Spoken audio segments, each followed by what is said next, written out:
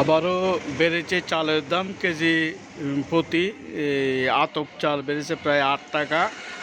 সিদ্ধ চালের দাম বেড়েছে কেজি প্রতি ৪ থেকে ৫ টাকা। এটা হচ্ছে পাইকারিতে। খুচরা পর্যায়ে গিয়ে কিন্তু আরও এই বেশি দামে বিক্রি করা হচ্ছে। যারা হয়তো খুচরা দোকানদার রয়েছে বিভিন্ন যে পাড়া মহল্লায় বাজারের মধ্যে, তারা কিন্তু প্রায় এই আরও ২-১ টাকা লাভ করেই তারা কিন্তু বিক্রি করতে হচ্ছে।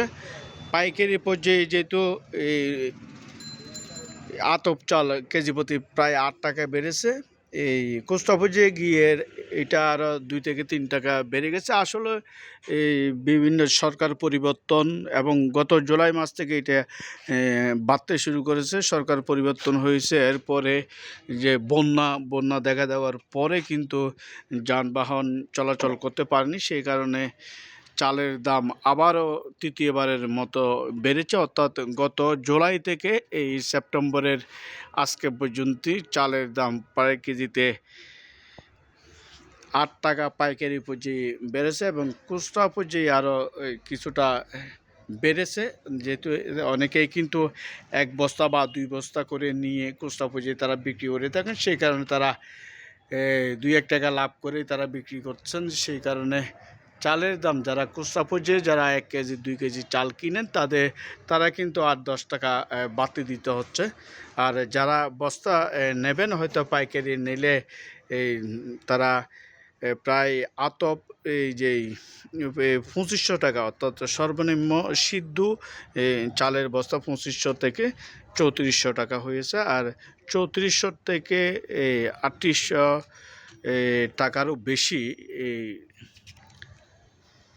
আতপ চাল ২৪০০ টাকা থেকে ৩৪০০ টাকা, এবং যেটি ভালো সেটি ৩৮০০ টাকা পর্যন্ত বিক্রি হচ্ছে। অর্থাৎ চালের দাম তৃতীয়বারের মতো বাড়ায় সাধারণ মানুষ কিন্তু যে দ্রব্যমূল্যের এমনিতেই ঊর্ধ্বগতি, তার মধ্যে আবার তৃতীয়বারের মতো চালের দাম বাড়ায় মানুষ কিন্তু তাদের ক্রয় ক্ষমতার মধ্যে কিচ্ছুই নেই। অর্থাৎ কাঁচা বাজার থেকে শুরু করে চাল, ডাল, তেল সব কিছুতেই দাম বৃদ্ধি তাদের ক্রয় ক্ষমতার বাইরে রয়েছে।